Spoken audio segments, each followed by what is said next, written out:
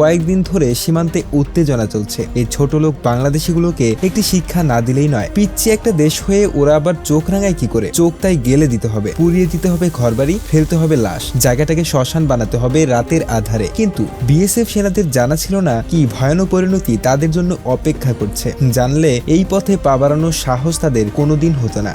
প্রিয় দর্শক, আজ যে ঘটনাটি আপনাদের জানাতে যাচ্ছি সেটি ঘটেছিল আজ থেকে প্রায় 23 বছর আগে কুড়িগ্রামের রৌমারীতে। মুখোমুখি যুদ্ধে লিপ্ত হয়েছিল বিডিআর আর বিএসএফ। বিনা উস্কানিতে ভারতীয় সীমান্ত রক্ষীরা বাংলাদেশে ঢুকে আক্রমণ করেছিল আর তাদের সমুচিত জবাব দিয়েছিল বিডিআর। 300 বিএসএফ কে রুখে দিয়েছিল বিডিআর এর কয়েকজন সেনা। তাদের সাহায্য করেছিল স্থানীয় এলাকাবাসী। অফিসার সহ মোট 16 জন সেনার লাশ পেছনে ফেলে সেদিন পালিয়ে গিয়েছিল বিএসএফ। রচিত হয়েছিল বিডিআর এর বীরত্ব গাথা। বড়াইগ্রাম যুদ্ধ নামে ঘটনা লিপিবদ্ধ আছে ইতিহাসে। সেই যুদ্ধের গল্পই শোনাবো আপনাদের।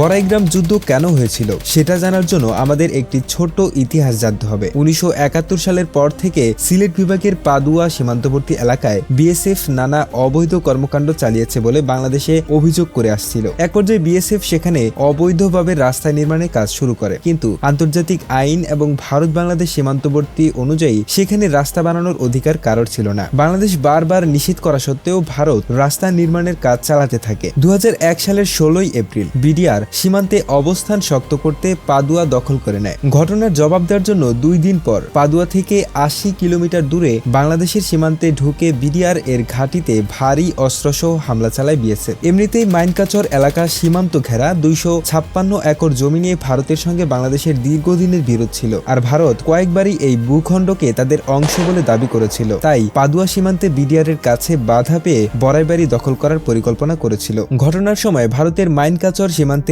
এপারে বড়াইবাড়ি বিডিআর ক্যাম্পে ডিউটিতে ছিলেন মাত্র 11 জন বিডিআর সৈনিক। তারা হলেন সুবেদার আব্দুল্লাহ, হাবিলদার নজরুল ইসলাম, লেন্স নায়ক ফজলুল হক, লেন্স নায়ক ওয়াহিদুজ্জামান, সিপাহী মোহাজ্জেন হোসেন, ইদ্রিস আলী, আব্দুল হামিদ, লিটন মিয়া, বদরুজ্জামান, এফএসএ নায়েক, জালাল উদ্দিন মিয়া এবং সিপাহী ঈশা। তাদের মধ্যে পালা করে রাতে 4 জন পাহারায় নিয়োজিত ছিল। ভোর প্রায় 4টা থেকে গ্রামের এক তরুণ বিডিআর ক্যাম্পের খবর নিয়ে আসে ভারতের সীমান্তে কাঁটাতারের বেড়া অতিক্রম করে শত শত বিএসএফ সদস্য গ্রামে অনুপ্রবেশ করছে। তখনই হাবিলদার নজরুল ইসলাম সব বিডিআর সৈনিককে অস্ত্রশস্ত্র গোলাবারুদ নিয়ে প্রতিরোধের জন্য প্রস্তুত হতে নির্দেশ দেন। ভোর প্রায় 5টায় 300 এরও বেশি ভারতীয় সৈনিক পূর্ব, দক্ষিণ ও পশ্চিম দিক দিয়ে বড়াইবাড়ি বিডিআর ক্যাম্প ঘিরে ফেলে। তখনও পূর্ব আকাশে সূর্য ওঠেনি। পরিস্থিতি বুঝে উঠে হাবিলদার নজরুল ক্যাম্পের চারপাশে ভাঙ্কার থেকে ভারতীয় সৈন্যদের উপর মেশিনগান নিয়ে গুলি ছোড়ার নির্দেশ দিলেন। কিছুক্ষণ পরে ভারতীয় সৈন্যরা বৃষ্টির মতো গুলিবর্ষণ করে বড়াইবাড়ি ক্যাম্পের দিকে এগোতে থাকে। বিডিআর একযোগে 4টি বাংকার থেকে মেশিন গানের পালা ব্রাশ ফায়ার শুরু করে। এরকম জবাব আসবে সেটা বিএসএফ কল্পনাও করেনি, আর খানিকটা থমকে গিয়ে আবারও গুলিবর্ষণ শুরু করে। বিএসএফ এর গুলিতে বিডিআর এর লেন্স নায়ক ওয়াহিদুজ্জামান বীরের মতো যুদ্ধ করতে করতে শহীদ হন।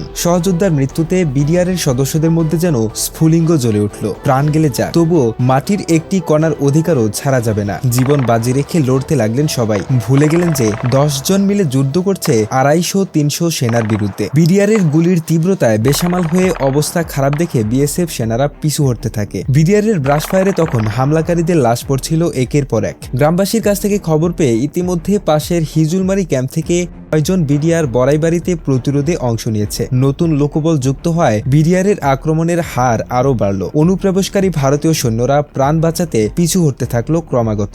বাংলাদেশের শিক্ষা দেওয়ার পরিবর্তে নিজেরাই শিক্ষা নিয়ে গেল। পালানোর সময় কাপুরুষের মতো কয়েকটি বাড়িতে মর্টার শেল নিক্ষেপ করে আগুন ধরিয়ে দিয়েছিল তারা। ওইসব বাড়ি থেকে লোকজন প্রাণ বাঁচাতে আগেই সরে গিয়েছিল। বিএসএফ এর তাণ্ডবে পুরে ছাই হয়েছিল বড়াইবাড়ি গ্রামের 69টি বাড়ি। ক্ষতিগ্রস্ত হয়েছিল প্রায় 2 কোটি টাকার সম্পদ। বিডিআর ওয়্যারলেস মেসেজ পেয়ে দ্রুত গতিতে ময়মনসিংহ, জামালপুর, নেত্রকোনা, কুড়িগ্রাম ও রংপুর থেকে অতিরিক্ত বিডিআর বড়াইবাড়িতে পৌঁছে বিএসএফ এর আক্রমণ মোকাবেলা করেছিল সেদিন। তবে মূল কাজটা বড়াইবাড়ি বিডিআর ক্যাম্পের 11 জন সাহসী সেনাই করে দিয়েছিলেন। সম্মুখ যুদ্ধে তৎকালীন 33 রাইফেলস ব্যাটালিয়নের সিপাহী আব্দুল কাদের শহীদ হন। অন্যদিকে আক্রমণ করতে আসা বিএসএফ এর সেনারা 16 জনের লাশ পিছনে ফেলে ভারতে ফিরে গিয়েছিল। এত বছর পেরিয়ে গেল, কুড়িগ্রাম জেলা শহর থেকে প্রায় 50 কিলোমিটার দূরের ব্রহ্মপুত্র নদের মানুষ এখনো সেদিনের কথা মনে করে শিউরে ওঠে, আর সেই সাথে গর্বিত হন বাংলাদেশের সীমান্তরক্ষী বাহিনীদের এমন অভূতপূর্ব বীরত্বের সাক্ষী হতে পেরে। বিএসএফ এর কাছে অত্যাধুনিক অস্ত্র থাকতে পারে, তারা সংখ্যায় কয়েক গুণ হতে পারে, কিন্তু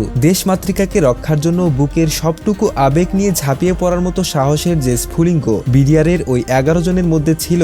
সেই সাহসের জোরেই আজ থেকে 20 বছর আগে তারা ঠেকিয়ে দিতে পেরেছিল দখলদার ভারতীয় বাহিনীকে। শেষ করছি এই পর্ব। অনুরোধ করব ভিডিওটি ছড়িয়ে দেওয়ার জন্য, যেন বাঙালির বীরত্ব গাথা আমরা সবাই জানতে পারি, ধারণ করতে পারি। ভিডিওটি ভালো লাগলে অবশ্যই লাইক, কমেন্ট এবং চ্যানেলে নতুন হয়ে থাকলে সাবস্ক্রাইব করার অনুরোধ থাকবে। ধন্যবাদ।